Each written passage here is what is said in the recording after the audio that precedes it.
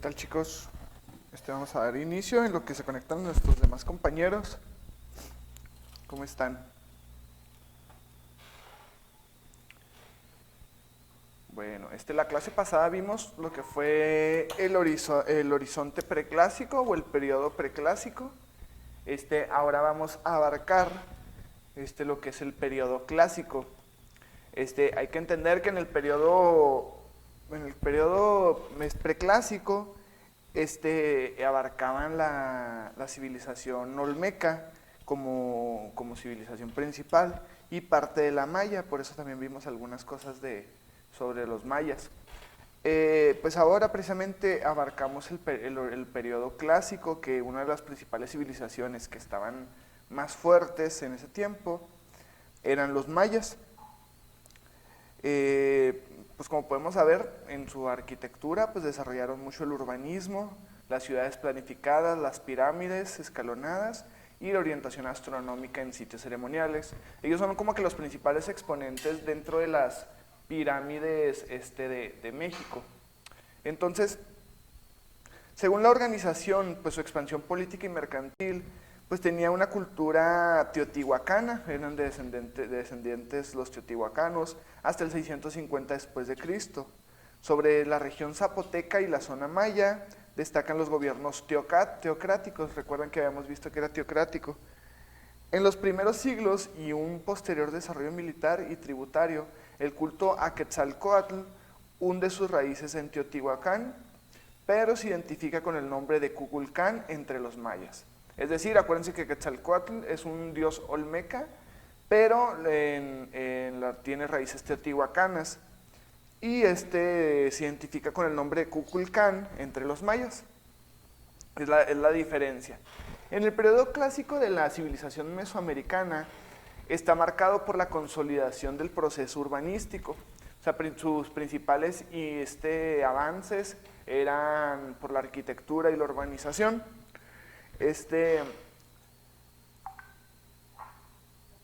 Precisamente en este periodo pues se le llamaba el periodo preclásico tardío o el periodo clásico. Posteriormente fue el posclásico, pero los mayas estuvieron presentes, o al menos sus descendientes estuvieron presentes durante todos estos periodos.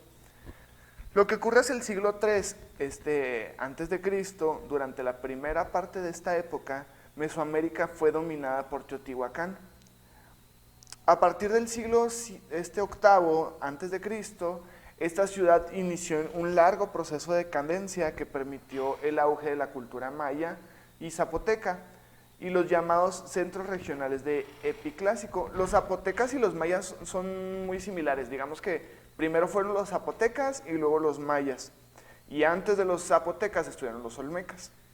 ¿Sí? Según las características generales de los mayas, pues dentro del periodo clásico mesoamericano, puede establecerse alrededor del año 200 o 900 después de Cristo. Sin embargo, la cronología varía en cada cultura. Los antecedentes del periodo se hallan en una última fase del periodo clásico. A partir del 400 después de Cristo, fue cuando, gracias a un incremento en la eficiencia de las técnicas agrícolas, ocurrió una transformación en sociedad. La época creció demográficamente y mayor división del trabajo y especialización de ella. Es decir, después de todo este tiempo, 400 años después de Cristo, fue cuando empezó a aumentar y empezó a crecer de una manera bastante exponencial, lo que son los mayas. Hay que conocer que en el mismo periodo clásico tuvo lugar también una bifurcación de tradiciones en el área de Mesoamérica, encabezada por Estereotipan, y la otra por las ciudades mayas del norte. Tal diferencia es visible sobre todo en rasgos centrales del complejo mesoamericano, ya sea como el calendario y los sistemas de escritura. Uno y otro fueron llevados a su máxima complejidad en el área maya, de acuerdo con López Luján y López Austín, que son unos de los antropólogos más importantes en México. Teotihuacán, la ciudad más importante de la época, no desarrolló a fondo estos elementos culturales. Fue por los conocimientos relativos del sociopolítico que privó en la ciudad del centro, y es por eso que los mayas pudieron mejorar o evolucionar de los teotihuacanos a los mayas. Lejos de lo que suponía en buena parte los primeros textos sobre las culturas del clásico, hoy se sabe que estereotipan, que es una de las otras civilizaciones, como los estados mayas fueron pueblos guerreros, aunque nunca al grado alcanzado por las culturas postclásico. La guerra parece ser un asunto central en la historia del área maya. Tal es el caso como Aztlán. Aztlán pues eran donde estaban los aztecas, no los mexicas. Los mexicas fue, o sea, de Aztlán huyó un grupo de personas, y ese grupo de personas se denominaban mexicas, y ellos son los que descubrieron México, no los aztecas. Por eso les decía que los aztecas no descubrieron México, y que los aztecas no eran aztecas, sino eran mexicas. Entonces, la guerra parece ser un asunto central de la historia del área maya, como lo develan las estelas de la época y las representaciones iconográficas de escenas bélicas que se han descubierto en sitios arqueológicos. Tal es el caso de Pamplona y Tonina.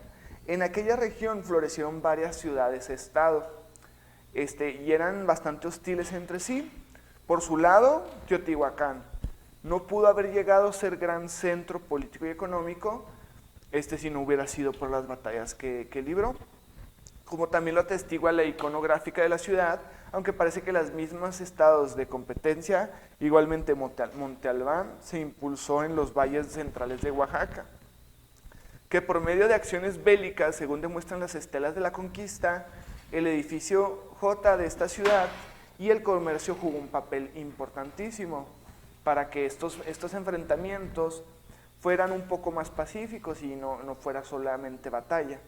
Entonces, el comercio jugó un papel tan importante como elemento de cohesión entre los mesoamericanos, y Teotihuacán tuvo un papel importante como centro articulador de la mayor parte de los intercambios. Entonces, Teotihuacán lo vemos como alguien que no tenía tantas batallas, o que no le gustaba batallar tanto, mientras que los mayas era un pueblo que sí buscaba mucho la guerra. Existen textos mayas esculpidos y pintados que se han identificado como cronológicos y astronómicos. Así es que, aunque no son la fuente principal para el conocimiento de los mayas, están realizados en su compleja escritura maya, que aún está en proceso de desciframiento. El clásico abarca del año 200 al 900, y se caracteriza por un notable florecimiento cultural. Aquí es donde empiezan las escuelas, los filósofos del periodo clásico, todas estas personalidades que dieron pie a la cultura que nosotros conocemos ahorita.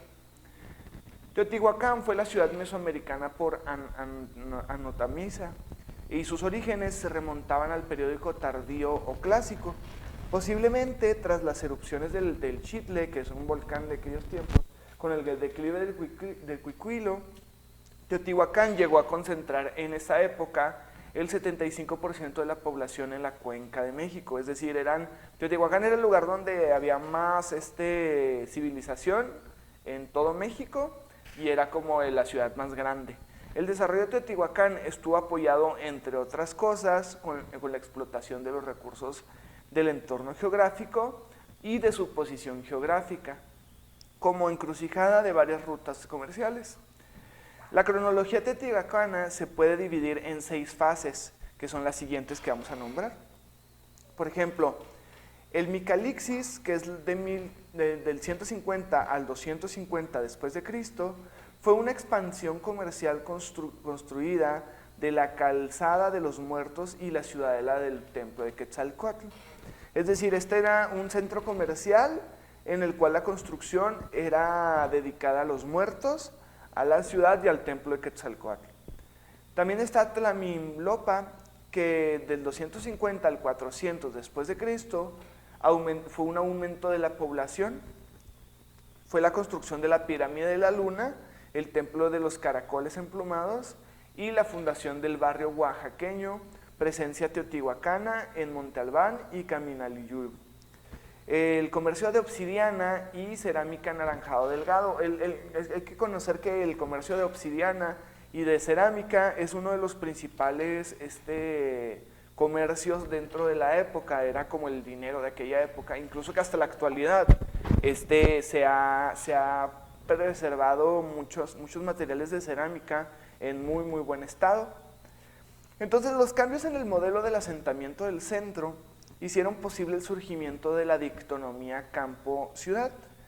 Es decir, un punto interesante derivado de esta diada es el motivo de la alta concentración de población y el modo en el que la urbe se proveía de alimentos, y se supone que Teotihuacán debió contar con técnicas agrícolas que le permitieran satisfacer la demanda de su enorme población, y se ha propuesto que entre ellas se encontraba el cultivo de chinampas en los pantanos de San Juan, las construcciones de terrazas, el barbecho, la ocupación de una parte importante de los residentes de la ciudad dentro de la agricultura.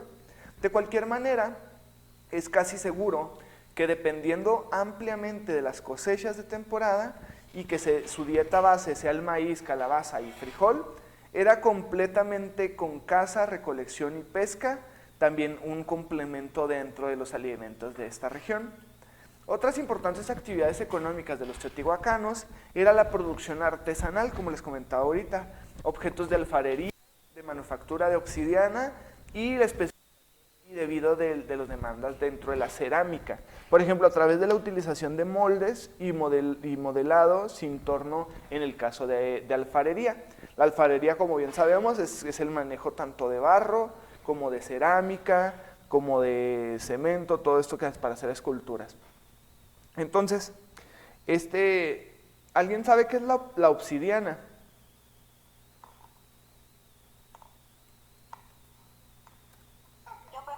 ¿Qué es la obsidiana?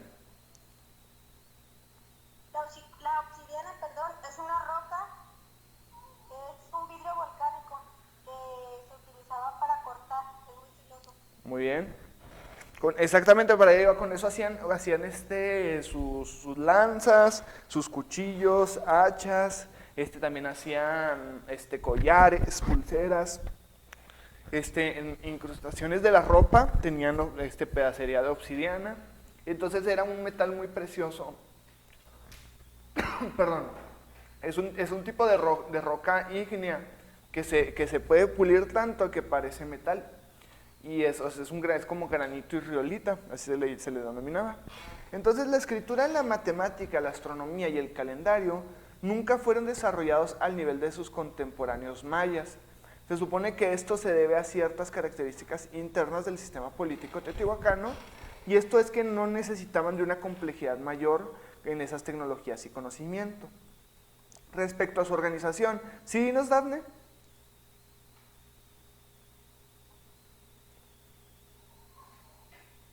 ¿Qué nos quieres decir, Dafne?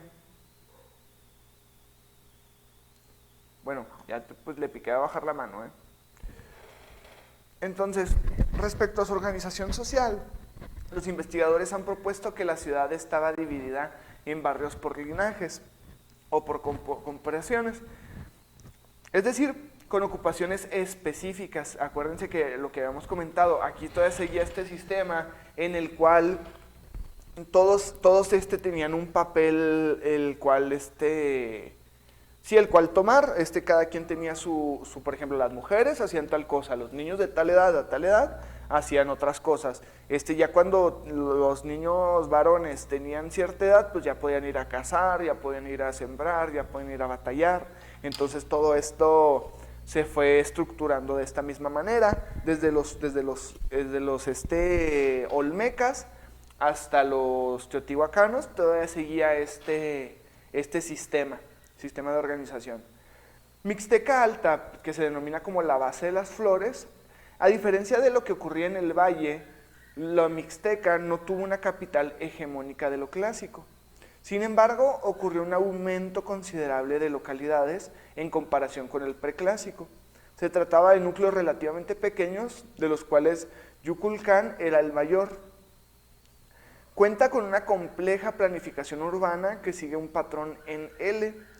En ese asentamiento se levantaron edificios religiosos, palacios, plazas, juegos de pelota y tumbas al estilo de las zapotecas del Monte Albán.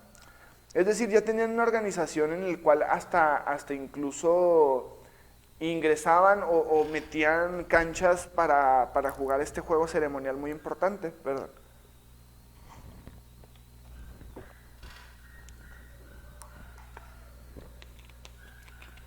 Entonces, los valles centrales, o denominados como Monte Albán, son los sitios más representantes dentro del periodo clásico. Se hallan en los valles centrales de Oaxaca y se encontraban bajo el control del Monte Albán. La historia clásica de este monte suele dividirse en dos periodos: Monte Albán 3A y Monte Albán 3B. ¿Sí? El 3A dura del 250 al 600 después de Cristo, mientras que el 3B dura del 600 al 800 o 900 después de Cristo. No se ha registrado correctamente bien. Entonces, el Monte Albán 3, primero, fue con fuertes vínculos en Teotihuacán con la naturaleza problemática pacífica. Aquí ya empiezan a surgir los mayas como tal.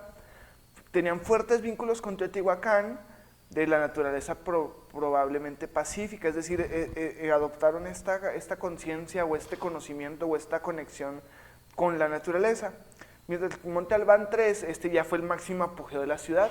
La disminución de los contactos con el centro de México, el declive de la ciudad es gradual e inicia alrededor del 750 por causas aún indeterminadas. Es decir, aquí ya vemos el apogeo y el final, pero estamos hablando de que fueron 200 años o 300 años de apogeo, de buena vida, pues, por así decirlo. Y cuando adoptaron este proceso de conexión con la naturaleza y con el alma y con el espíritu, son como 350 años después de que duró todo ese periodo. Entonces sí, duraron alrededor de 800 años más o menos, o 750 años por ahí aprox, pues sí, en el que fue el apogeo de la cultura maya. Esta ciudad se halla construida en un cerro sobre 400 metros del nivel del valle.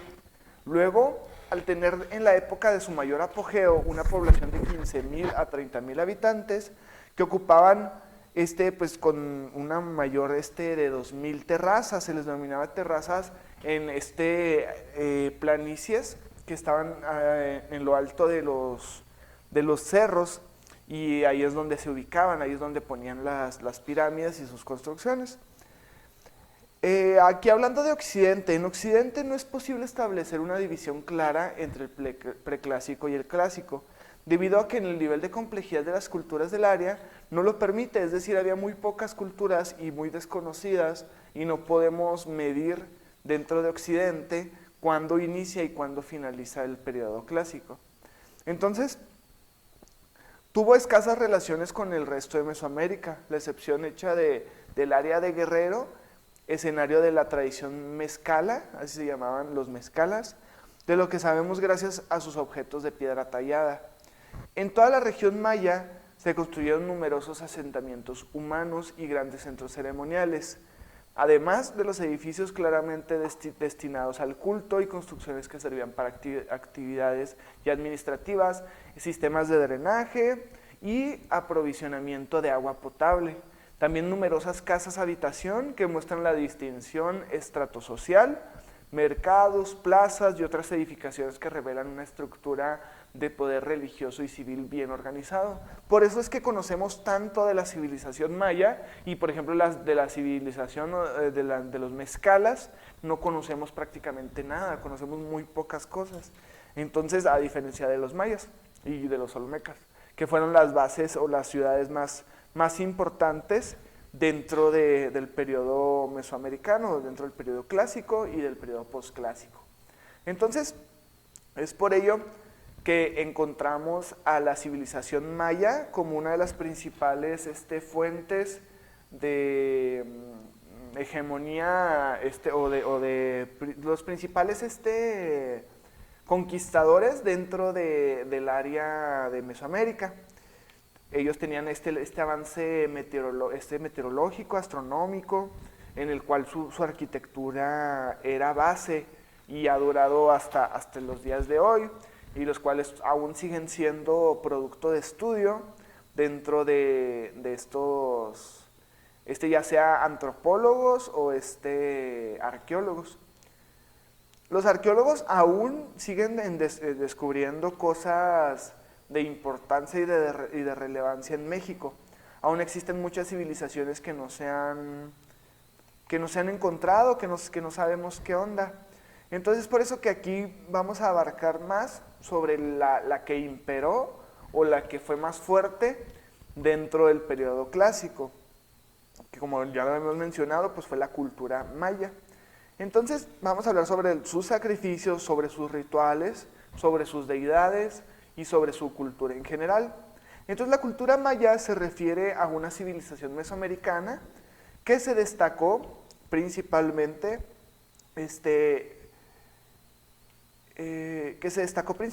como productores agrícolas de maíz. Tal es el caso de la herencia que tenían los olmecas para con los mayas, y es por eso que se creó esto que es tan importante como es el maíz. También los aspectos socioculturales como su escritura jeroglífica, uno de los pocos sistemas de escritura plenamente desarrollados del continente americano.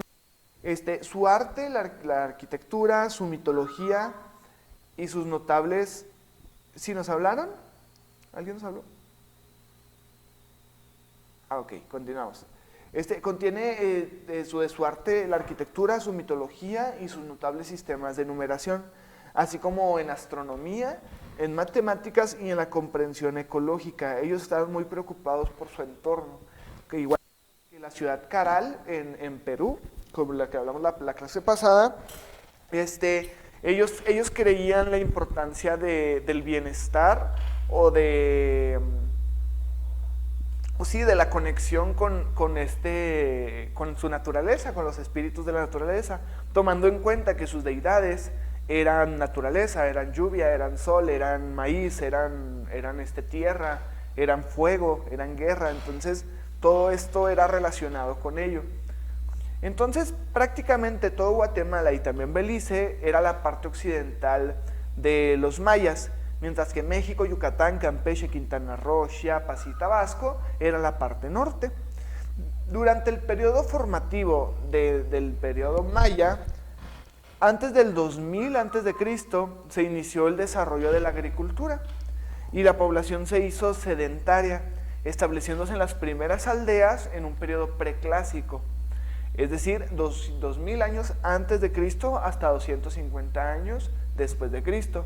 Se desarrollaron las primeras sociedades complejas y se cultivaron los alimentos básicos de la dieta maya, es decir, el maíz, el frijol, la calabaza y el chile. Son las principales verduras y leguminosas dentro de esta civilización. Las primeras ciudades mayas se desarrollaron en torno al 750 a.C., alrededor de 500 años antes de Cristo, estas ciudades poseían una arquitectura monumental, es decir, duraron 250 años para consolidarse como una ciudad con un sistema arquitectónico muy eficiente, incluyendo grandes templos en fachadas de estuco, las escrituras glíficas, su utilización dentro del siglo III a.C., en las preclásico tardío se desarrollan grandes ciudades en la cuenca de Petén y Caminaliyú. Alcanzó prominencia en el altiplano guatemalteco, como les decía, las construcciones que se denominaban en altiplanicias, desde alrededor del 250 después de Cristo. El periodo clásico se define en gran medida por el levantamiento de monumentos esculpidos y empleados de las fechas de cuenta larga. En este periodo se desarrolló un gran número de ciudades-estados vinculadas entre sí y una red enorme dentro de las civilizaciones y de los rituales que se realizaban en la ciudad. Es decir, como la ciudad ya estaba tan separada, pues inicialmente empezaron a dividirse. Entonces, el ritual a Quetzalcóatl a lo mejor era bien diferente al ritual de Quetzalcóatl que estaba en el otro lado de la ciudad. Entonces, ¿qué es lo que pasó? Los gobernantes mayores dentro de toda la ciudad maya empezaron a decir, es que nosotros queremos que el ritual que nosotros hagamos lo hagan en todas partes. Entonces, ¿qué es lo que empezaron a hacer? Empezaron a contratar o a mandar sacerdotes a distintos puntos para que ellos les explicasen cómo es que se debe de realizar este tipo de rituales. Entonces, es así como todos tenían una universificación o unificación de los rituales religiosos dentro de la cultura maya, porque como sabemos era muy grande y estaba en muchas partes. Perdón. A gran medida por el levantamiento de monumentos esculpidos y empleados de las fechas de la cuenta larga, en este periodo se desarrolla un gran número de ciudades-estado, para así empezar a aumentar este tipo de poderío dentro de todo México. El poder político durante el periodo clásico se centró en el concepto del rey divino, que actuaba como mediador entre los mortales y el ámbito sobrenatural, es decir, todos estos dioses, espíritus, maldiciones, rituales, etc. La monarquía era usualmente hereditaria y patrilineal, es decir, era una familia, una descendencia de reyes hasta que llegara alguien más a conquistar, pero casi siempre era, o sea, duraron reyes de una misma familia por muchísimos años. Aquí no existía la democracia como la conocemos actualmente. Entonces el poder político se denominaba con la totalidad, hereditaria y patrilineal. Y el poder pasaba al hijo mayor, aunque en más de un caso mujeres ostentaron el poder como regentes de sus hijos menores de edad o por derecho propio, es decir, está el rey, la reina y el hijo. Se muere el rey, pero el hijo es muy pequeño. Entonces, en lo que el hijo crece, la mujer toma el poder. Pero ya cuando el hijo tenga cierta edad, la destituyen a la mamá y pasa el hijo a ser el rey. La civilización maya desarrolló formas de arte sofisticadas, utilizando materiales tanto perecederos como durables, es decir, incluyendo madera, jade, obsidiana, cerámica, monumentos de piedra tallada, estucos y murales finalmente pintados. En la ciudad maya, el centro de la ciudad era ocupado por complejos ceremoniales y administrativos. Rodeado por una irregular expansión de barrios residenciales, a menudo las diferentes partes de esta ciudad eran conectadas por calzadas. La arquitectura principal de la ciudad se componía de palacios, templos piramidales, juegos de pelota ceremoniales y estructuras alineadas. Para la observación astronómica, la élite maya sabía leer y escribir y desarrolló un complejo de sistema de escritura glífica, una de las más avanzadas en América precolombina y la cual en muchos textos aún no se alcanza a descifrar. La arquitectura principal de la ciudad se componía de palacios, templos, pirámides, juegos de pelotas ceremoniales y estructuras alineales. Para la observación astronómica, es destruido por los conquistadores españoles. También existe un gran número de ejemplos de inscripciones mayas en las estelas y la cerámica. Los mayas desarrollan una compleja serie de calendarios rituales y estrellas entrelazados empleando la matemática y fueron uno de los primeros pueblos en utilizar el cero explícito. Es decir, como conocemos, el cero explícito es un número entero de la propiedad del par, es el signo numérico del valor nulo, que en la notación posicional ocupa los lugares donde no hay una cifra significativa. Todos conocemos qué significa cero, pero no conocemos la complejidad de apenas descubrir los números y apenas descubrir el cero y apenas darle un significado a que cero es nulo y ¿me explico? O sea, es un conocimiento que si a nosotros no se nos hubiera otorgado, hubiera sido muy difícil descubrirlo. Entonces es un descubrimiento muy cañón. O sea, a nosotros ahorita se nos hace muy sencillo, pero pónganse a pensar, o sea, no conocían los números, no sabían de números, entonces apenas lo inventaron, pues ellos fueron los que lo inventaron.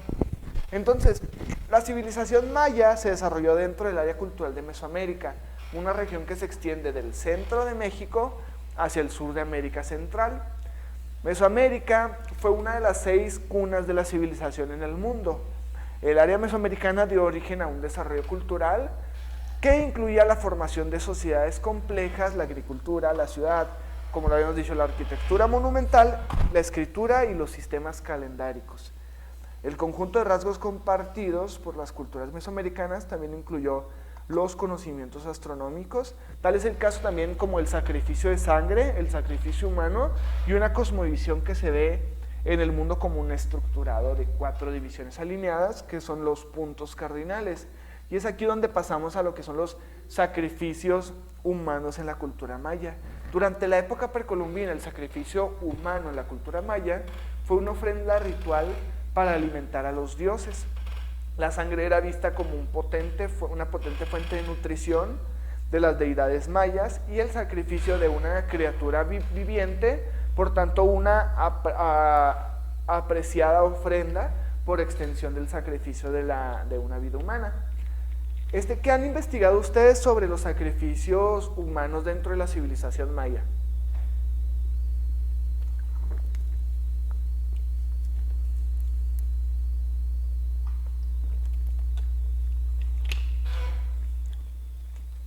¿No han investigado nada referente a eso?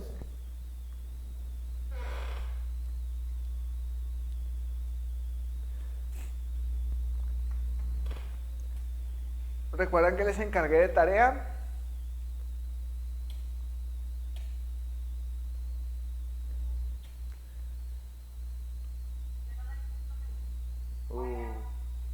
Sí, díganos.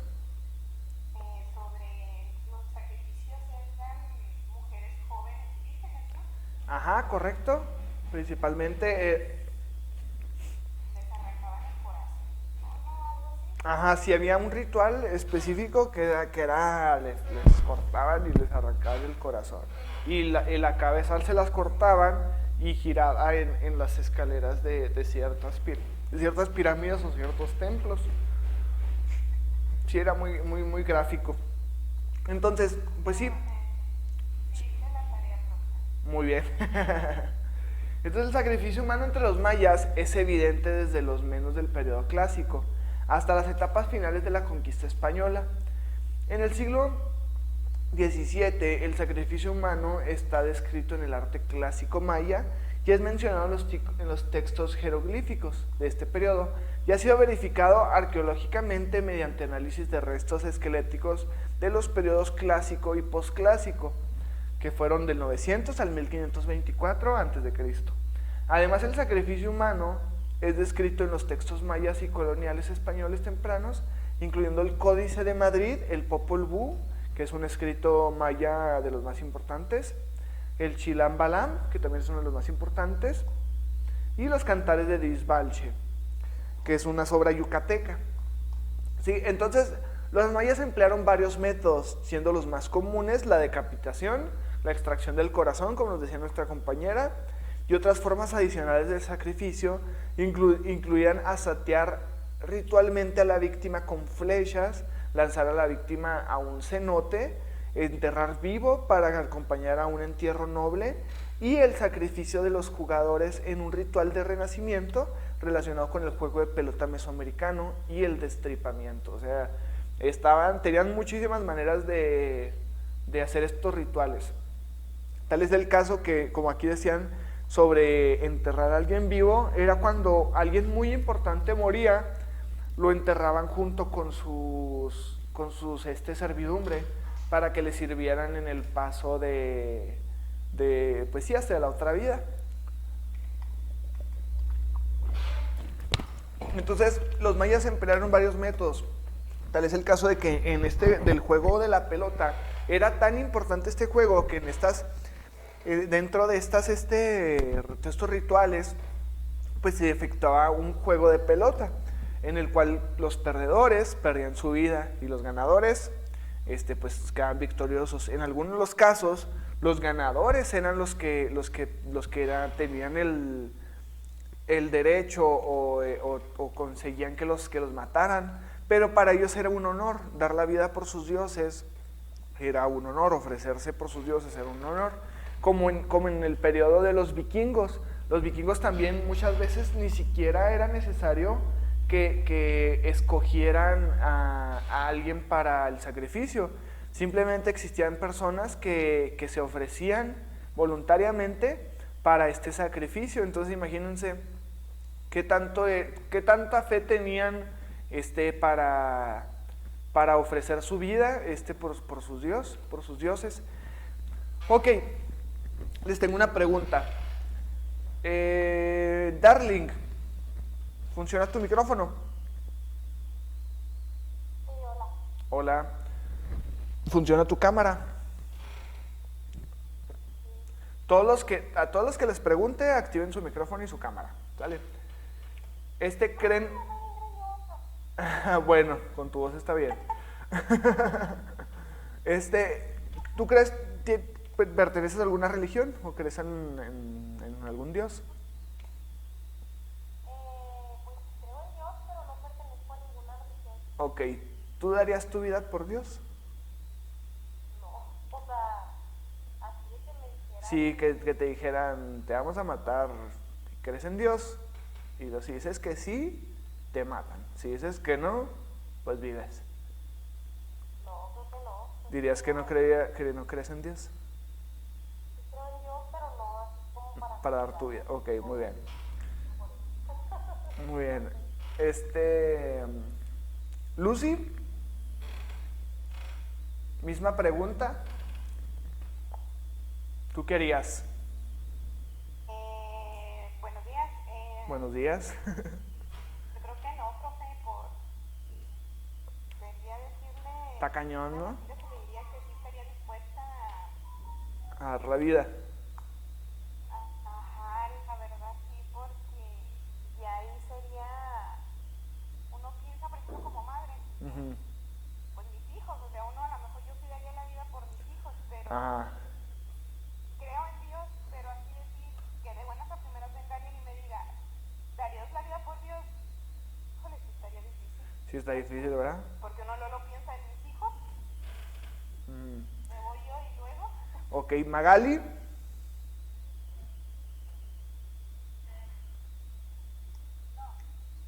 No, no, siguiente. Ajá.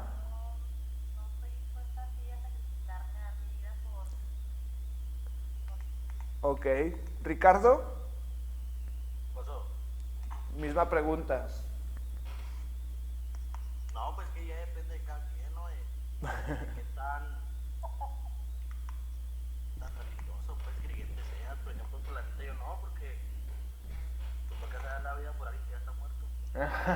Pues sí, ¿verdad? Ok, Santiago.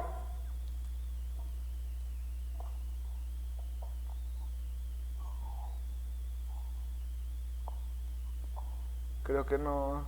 ¿Si no se escucha, Santiago? Creo que no.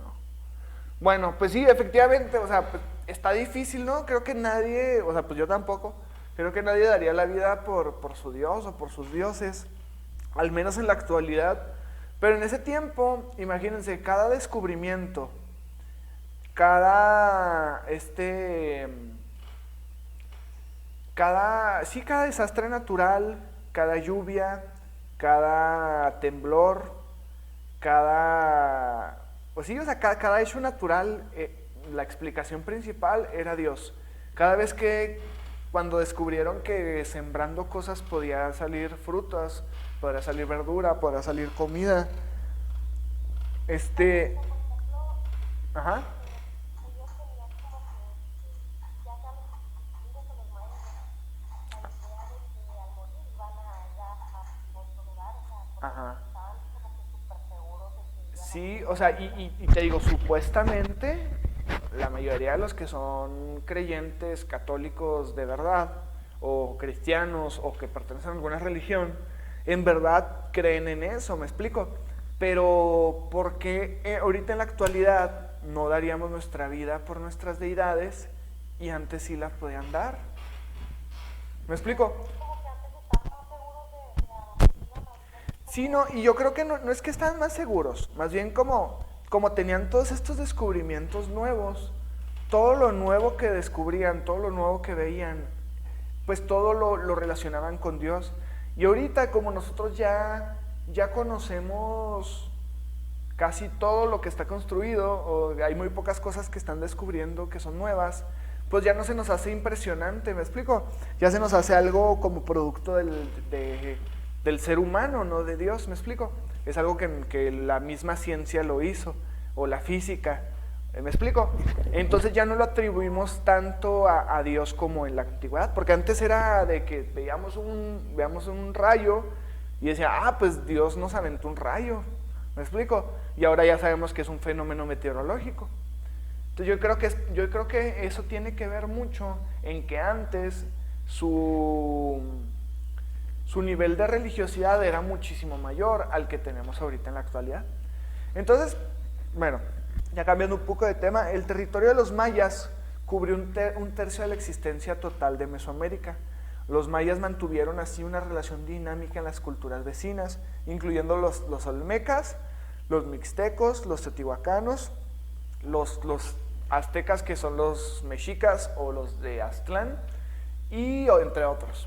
Durante el periodo clásico temprano, las ciudades mayas de Tikal y Caminaliyú fueron focos claves en una red que se extendieron más allá del área maya, en el altiplano del centro México, y en esta misma época hubo una fuerte presencia maya en el recinto de Teotihuacán. Siglos más tarde, en el siglo IV, los murales de Cacatztitla, otro sitio en el altiplano del centro de México, también fueron pintados en estilo maya. Es decir, aquí empezaba una hegemonía, una conquista dentro del pueblo maya. Esto puede haber sido un esfuerzo por alinearse a una de la poderosa región maya tras el colapso de Teotihuacán y la consiguiente fragmentación política en las tierras altas de México. Entonces, esto habla un poquito sobre la cultura y un poco de los sacrificios. Entonces, hablemos en uno de los rituales más importantes, como la dedicación de templos y palacios a la entronización de nuevos gobernantes, requeriría una ofrenda humana. Es decir, cuando construían un nuevo templo o un nuevo palacio, tenía que existir una ofrenda de por medio para que bendijeran el recinto o la construcción. También, el sacrificio de un rey enemigo era la ofrenda más apreciada, implicando la decapitación del gobernante cautivo en una representación ritual de la capacitación del dios maya del maíz por los dioses de la muerte. En el 738, el rey vasallo Yanyopat de Quiragua capturó a sus gobernantes superior y unos días más tarde lo decapitó ritualmente. Tales sacrificios reales eran a menudo registrados en la escritura maya con el glifo evento hacha. La decapitación de un rey enemigo también podía incluirse en parte del ritual del renacimiento asociado al juego de la pelota. Fíjense, este texto es el que tenemos más vigente de lo que fue la decapitación de un gobernante de un pueblo vecino. El sacrificio por decapitación es descrito en el arte maya del periodo clásico y muestra que tenía lugar después de la víctima fuera torturada. Era torturada, golpeada, escalpada, quemada o destripada antes de cortarle la cabeza, o sea, sufrían bastante. El sacrificio por decapitación aparece descrito en reliefes que rodean las dos cachas del arma. Chichén Itzá, el gran juego de la pelota y el juego de la pelota de las monjas, el mito de los héroes gemelos y relatos del Popol Vuh, informa que cada uno de ellos, así como su padre y su tío, fueron decapitados por sus adversarios en el juego de la pelota. Es decir, aquí hablamos de un texto antiguísimo que relata la historia de una familia que se dedicaba al juego de la pelota. Entonces, empezaron a apostarle a los dioses sobre el sacrificio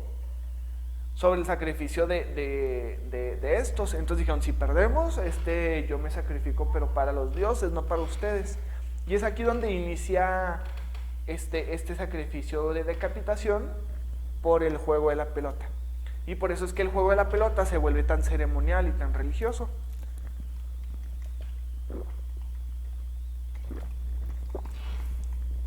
Perdón, es que se me seca la garganta. Entonces, durante el periodo posclásico, 900 a 1524 a.C., el sacrificio humano por extracción del corazón se volvió el método más común, influido por los toltecas y aztecas, los toltecas y los mixtecas y los de Aztlán del Valle de México. Normalmente tenía lugar en el patio de un templo o en la cima de la pirámide del templo. Vayas a activar el micrófono, ¿eh? Entonces, la víctima era desnudada y pintada de azul, el color que representaba el sacrificio, y ceñida con un tocado picudo. 4 sacerdotes ayudantes pintados de azul y representados a los 4 shaks. Sí, ya desactivamos los audios. Creo que era por eso. O sea, en dado caso que quiera pedirle su participación, les solicito para que reactiven su audio, ¿sale? Para que no se escuche tanto ruido. Entonces, durante el periodo posclásico, se hizo el sacrificio humano por extracción del corazón, el método más común y uno de los más importantes dentro del Valle de México. Hay que conocer que los shaks fue un importante dios del panteón, que es, bueno, Shak o los 4 shaks, son 4 dioses muy importantes, que dentro de la civilización maya, vinculado con el agua y sobre todo con la lluvia, era similar a Tlaloc, mexica, o al Pitaucosigo, zapoteca. La historia de esta deidad representó con una larga trompa inclinada hacia arriba. Shak tenía mucha importancia entre el pueblo y esto lo invocó para obtener buenas cosechas, según los relatos. El dios posiblemente fue introducido por influencias centromexicanas, por ejemplo teotihuacanas, y que debía su importancia a la carencia de grandes fuentes fluviales en la península de Yucatán. Es decir, cuando en la península de Yucatán no tenían sus sembradíos estaban secándose, necesitaban lluvia para sembrar, entonces realizaban este tipo de sacrificios. Entonces era el sacrificio pues le sacaban el corazón a ciertas personas, los desnudaban completamente, casi siempre eran mujeres jóvenes, y las pintaban totalmente de azul. 4 sacerdotes ayudantes pintados de azul también, representados a los 4 shaks, que es lo que les comentaba ahorita, eran los patrones de las direcciones cardinales, y los agarraban por cada extremidad mientras permanecían tendidos sobre una piedra convexa a la cima de la pirámide, de ciertas pirámides ritualísticas.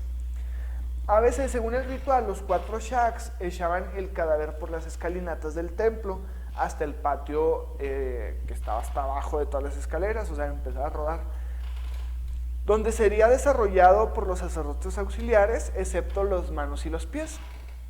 Desollado, perdón, excepto por las manos y los pies. El chillán entonces se secaba y su atuendo ritual y vestía la piel de la víctima sacrificada para iniciar un baile ritual que simboliza el renacer de la vida. O sea, no era únicamente el sacrificio y ya, sino aparte le quitaban la piel a las personas y el sacerdote principal se ponía el traje de esa persona o la piel de esa persona y realizaba un baile ritualístico en el cual atraía directamente a la lluvia y al dios, era la ofrenda directa hacia el dios. Las investigaciones arqueológicas indican que el sacrificio con extracción del corazón se daba a finales del periodo clásico. Tal es el caso del sacrificio con flechas. Algunos rituales implicaban el sacrificio por asentamiento. La víctima era desnudada, pintada de azul también, obligada a llevar un gorro picudo y de manera similar a la preparación para el sacrificio con extracción del corazón. Después de que era atada a un poste durante un baile ritual y la era extraída a sangre de los genitales con espinas con los que envainaban la imagen de la deidad. Un símbolo blanco era pintado sobre el corazón de la víctima, al cual servía como objetivo para los arqueros. Los bailarines entonces pasaban que delante disparado flechas por turno hasta que el pecho entero estuviera lleno de proyectiles. El sacrificio con arco y flecha se registra desde el periodo clásico del 250 al 900 a.C. y aparece descrito en jeroglíficos en las paredes del templo 2 de Tikal.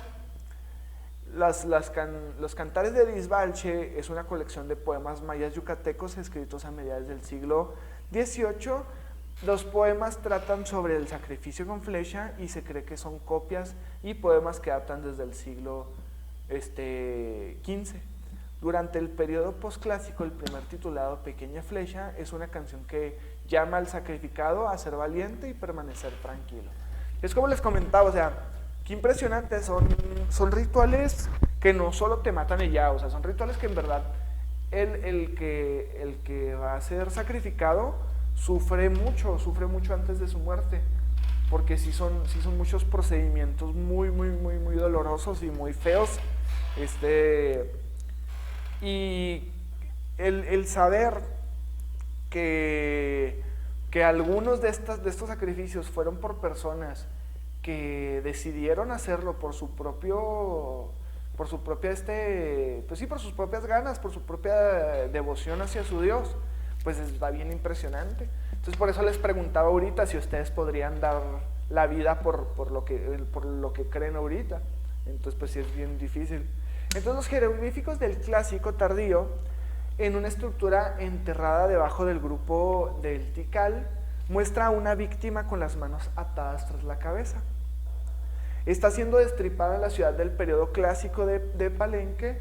Una joven de 20 años fue enterrada viva para acompañar a un difunto anciano noble con una ofrenda funeraria. En el cenote sagrado, el Chichén Itzá, eran lanzadas personas como ofrendas en tiempos de sequía, hambruna y enfermedad. El cenote sagrado es un hoyo natural producto del hundimiento de la caliza local de aproximadamente 50 metros de ancho y una caída de 20 metros hasta la superficie del agua con otros 20 metros de profundidad. Los lados del cenote son escaparados. El sacrificio humano fue así practicado allí hasta la conquista española del Yucatán, mucho después de la década de la ciudad. Es decir, otro de los métodos de sacrificio era aventar por medio de un cenote. Entonces, las deidades mayas, como las conocemos, pues ya habíamos tenido un resumen referente a estas deidades en las primeras clases, referente a las civilizaciones del mundo. Pero pues es importante retomarlo en esta materia, pero ya de un ámbito más específico, más alargado. Tal es el caso de que uno de los principales dioses mayas es el Hunamku. Esa deidad al menos no la vimos, van a ver que no vimos muchas deidades de las que vamos a mencionar ahorita. Hunamku equivale al dios de la cultura maya más importante, pues es la figura principal en cuanto a la creencia, ya que se dice que el único y verdadero y vivo, se dice que fue el nacer de todas las cosas, puesto que alberga todas las dualidades, y asimismo afirma que es el padre de todos los dioses, y se le describe como nitidad incorpórea. Es decir, que es omnipresente, omnipotente, que todo lo puede, todo lo siente, todo lo sabe. Entonces, Itzmana es el señor del cielo, dios maya de la sabiduría, llamado por algunos Sama. Por lo tanto, se le conoce como el creador de la ciencia y el conocimiento. De acuerdo al plano en el que se presenta, puede ser identificado como un anciano e incluso como un animal. Itchel es la diosa de la luna, relacionada enormemente con la fertilidad y el agua. Su culto era el preferido de las sacerdotisas y era esta deidad a quien se le pedía ayuda en los nacimientos, enfermedades relacionadas con los órganos femeninos y con la fertilidad de la tierra. Es así como conocemos a Itchel, a Afrodita y a ciertas deidades del mundo que son muy similares.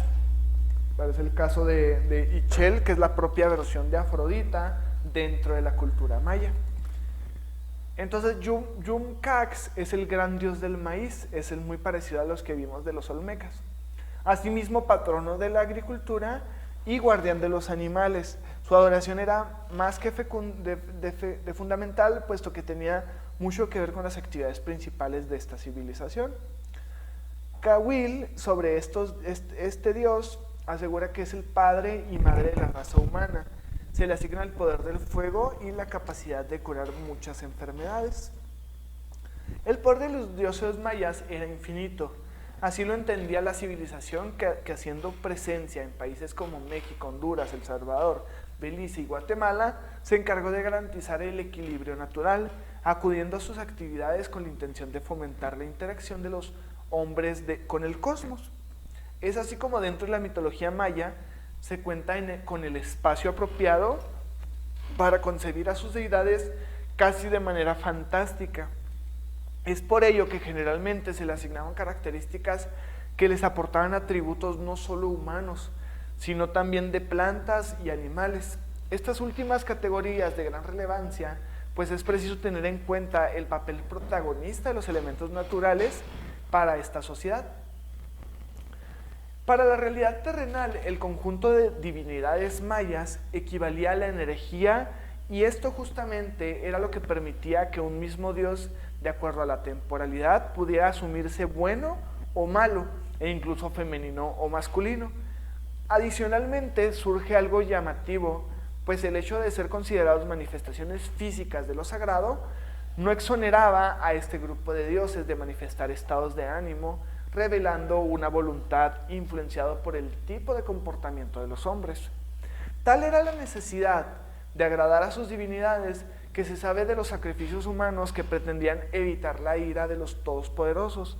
Por tanto, estas entidades sobrenaturales que habitaban cielo, tierra e inframundo no logran ser ubicados dentro de la lógica simplista, ya que definitivamente se rigen por principios que aún el día de hoy siguen resultados complejos de entender.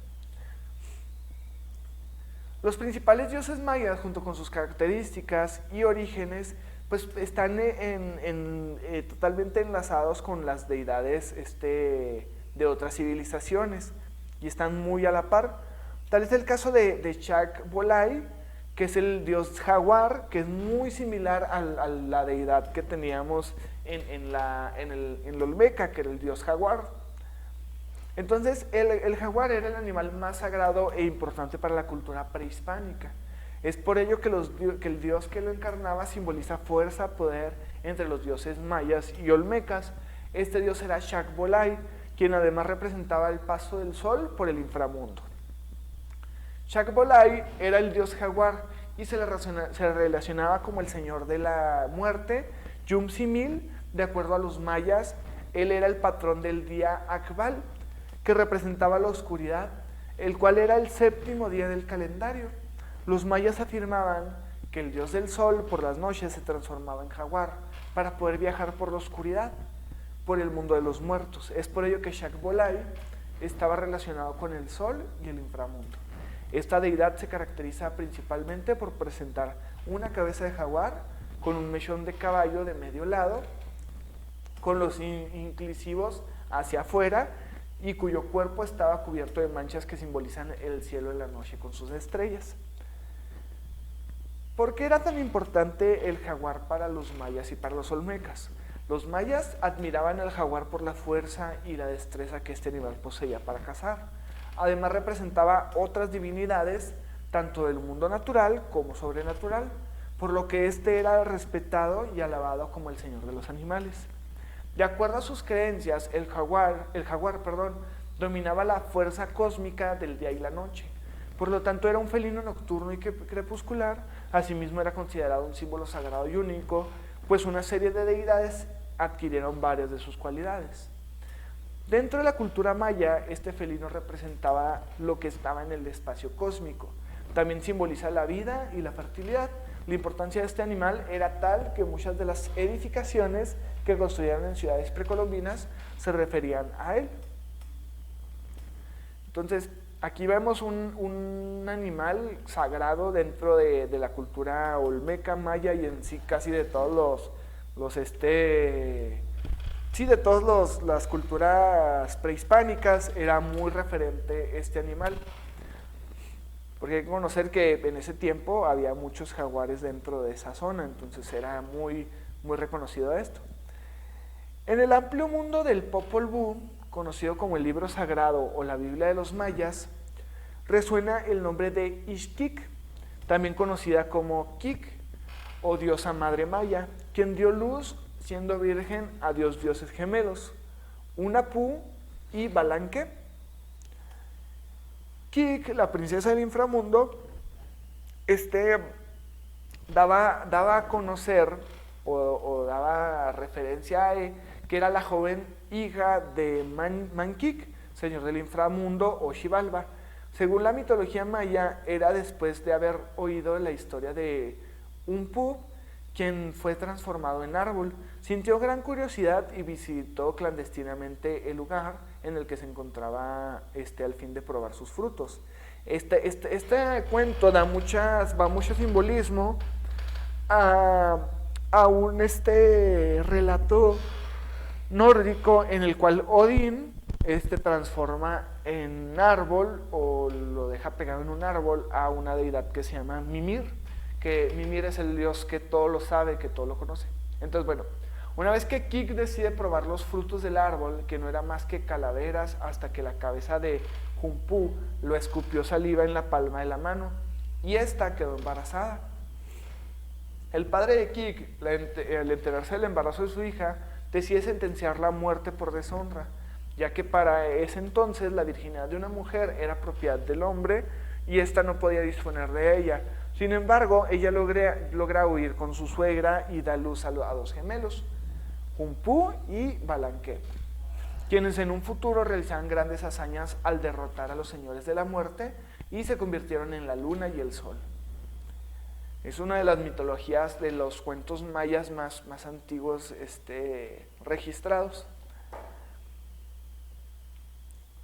Entonces, también hay que conocer que las deidades mayas tenían un fuerte, aparte de tener toda esta mitología y todas estas creencias, pues algo extrañas, pues también eran personas muy sabias, eran personas en las cuales empezó la poesía, empezó la enseñanza, empezaron una especie de escuelas en los cuales pues empezaba a tener un avance notable dentro de...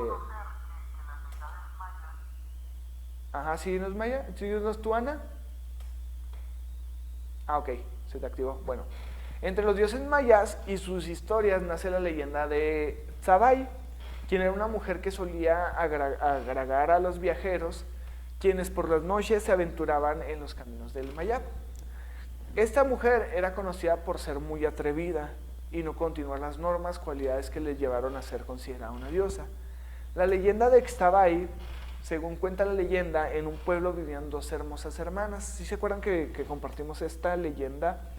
Entonces, Ixtabay, quien era conocida por todos como una mujer pecaminosa, que disfrutaba del placer carnal y compartía su cuerpo y belleza a cuan hombre se le acercase.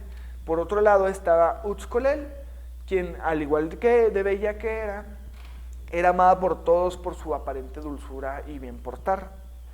Entonces, sin embargo, Ixtabay no solo compartía su amor con los hombres, su desapercibido corazón y nobleza era tal que ayudaba al necesitado y al enfermo, a los animales, sin buscar nada a cambio, solo gratitud. En cambio, su hermana Utzcolel por fuera era dulce, pero por dentro era agria. Le daba asco a los enfermos, los animales, y jamás ayudaría a alguien, y menos sin nada a cambio. Entonces aquí es una analogía de nunca juzgues a alguien sin conocerlo. Un día Ixtabay murió. Nadie se dio cuenta hasta que el pueblo quedó impregnado de un olor a flores proveniente de su cuerpo inerte. Cuando murió Colel, mucho menos después murió Colel, cuando murió, su cuerpo olería mejor. Ella decía, cuando yo me muera, mi cuerpo va a oler mejor. Cosa que no sucedió, ya que al tiempo que murió, su cuerpo desprendió un horrible hedor. En ambas tumbas nacieron flores. En Ixtabay nacieron unas flores llamadas Bentún, una bella flor silvestre con néctar embriagante, y por otro lado Colel nació un Xcambán, que es otro tipo de flor, el cual es una especie de cactus en el que nace una flor bella, pero con un olor muy desagradable. Uxcolol reflexionó sobre lo sucedido con su hermana y sintió una profunda envidia, por lo que invocó a los demonios y consiguió regresar a la vida, convertida en una muy bella pero diabólica mujer que seducía a hombres para asesinarlos después. Se dice que el espíritu de Colel vuelve a la vida cada vez que se ve un campesino pasar. Lo espera pacientemente en las selvas, peinado su larga cabellera, hasta que se acerca y acaba con él. Esa es una de las leyendas más sonadas o más importantes dentro de la cultura maya, en el cual pues dicta que pues, la envidia es el veneno de la humanidad o de la sociedad. Entonces este grado de pensamiento tenían los mayas y pues era un pensamiento crítico bastante positivo, porque pues al fin y al cabo es una enseñanza muy buena que pues a lo mejor para nosotros es como, ay pues sí, pues es lógico, ¿no? Pero para estas personas que están descubriendo apenas estos conocimientos es bien importante. La religión maya es la representación de las culturas indígenas más grandes de la historia, siendo una civilización que se desarrolló en 3 periodos, los cuales dejaron una gran cantidad de aportes para la humanidad. Entre estos, los conocimientos matemáticos, hazañas arquitectónicas, lenguajes, astronomía, política y religión. En la mitología maya, Alom era parte de las primeras divinidades pobladoras. Sí, es por eso que la creación, como en mitología, daba así. El comienzo de la historia no existía vida, pues todo era vacío.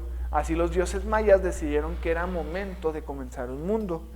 Al crear a le separaron el cielo y la tierra, dando luz de la oscuridad y el agua de los campos.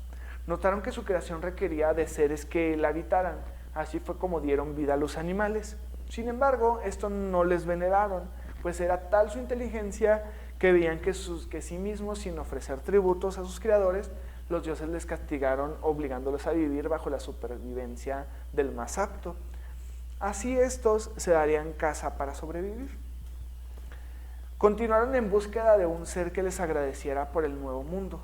Decidieron que los nuevos seres debían pensar para poder entender lo que habían hecho y por ello hablar para agradecerles a los dioses y amar para velar por su tierra, reproducirse para que así la especie existiera para siempre y por lo tanto se les venerara siempre.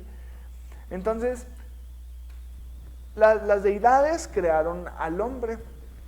Tal cual los dioses mayas hicieron al primer hombre de barro y no poseía la capacidad de sostenerse, pensar ni hablar, así que destruyeron el segundo, lo destruyeron y el segundo hombre fue de madera y no estaba agradecido, pues no tenía alma ni memoria, por lo tanto fue construido con un diluvio. Destruido con un diluvio, perdón. Luego de esto, los animales le entregaron Chimalhuique, un fruto que se encontraba en la tierra, que era fuerte y con muchas utilidades.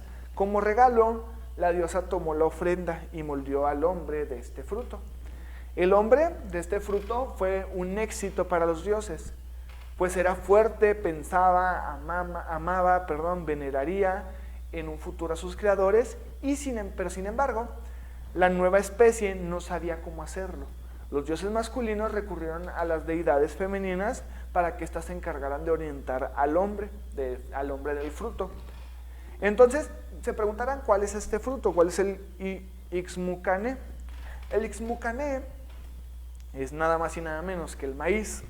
Entonces, así es, según los mayas, se creó el hombre por medio del maíz.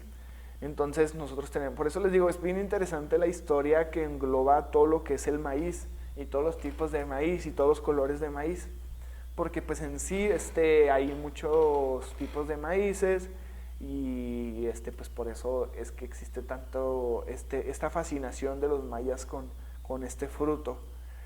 Entonces, no es reconocida como una única deidad resaltante y es por eso que el hombre, tanto mujer como hombre, ahí es como dieron la explicación del embarazo. Entonces es como las diosas mujeres bendijeron a la mujer para que pudiera estar embarazada y poder transmitirle y enseñarle todos los conocimientos de las deidades. También está la deidad Huracán. No sé si se acuerdan que hablábamos de esa en la clase pasada, que es una deidad que comparte la civilización olmeca con la civilización maya. Esta deidad en específico dentro de los dioses mayas es el dios del fuego y de las tormentas. Es portador de un gran poder que hacía retumbar a los cielos con enormes lluvias y violentos huracanes, considerado uno de los dioses que engendraron a la humanidad. Este es un dios que estuvo presente cuando se creó todo esto de la humanidad. Entonces, en el Popol Vuh, el libro sagrado del pueblo quiché, cuenta que Huracán fue uno de los dioses que participó cuando el hombre fue creado a partir del maíz. De igual forma, se cuenta que Huracán hizo caer a la tierra un diluvio universal llamado diluvio maya. Esto para limpiar al hombre de la tierra como consecuencia de su desobediencia. Luego de eso, Huracán vivió durante mucho tiempo sobre una nube mientras llevaba el agua de nuevo a las costas, permitiendo a la tierra ser limpiada y poder surgir nuevamente para que los dioses mayas permitieran vivir a los hombres y que habían aprendido la lección. Gracias a este que se le daba la denominación de fenómeno meteorológico que conocemos comúnmente como huracán. Características físicas: los mayas lo representaban de una manera divina, pero imponente, a través de una figura alta con una cola de serpiente, dándole un aspecto de reptil. Además llevaba una gran corona y una antorcha donde se creía que era donde portaba el fuego, ya que salía humo a través de ella. Bueno, y pues con esta deidad finalizamos nuestra clase. De tarea les encargo, vamos a ver lo que es el horizonte posclásico, la civilización tolteca. Entonces me gustaría que investigaran sobre la civilización tolteca, sobre sus rituales, sobre los rituales del calendario azteca y sobre Tenochtitlan. ¿Sale? Pues ya después para empezar con el tema de la época colonial, pero únicamente necesito que me investiguen eso. ¿Sale? Bueno, entonces pues sería todo por mi parte. Les agradezco su atención y nos vemos la próxima clase, chicos.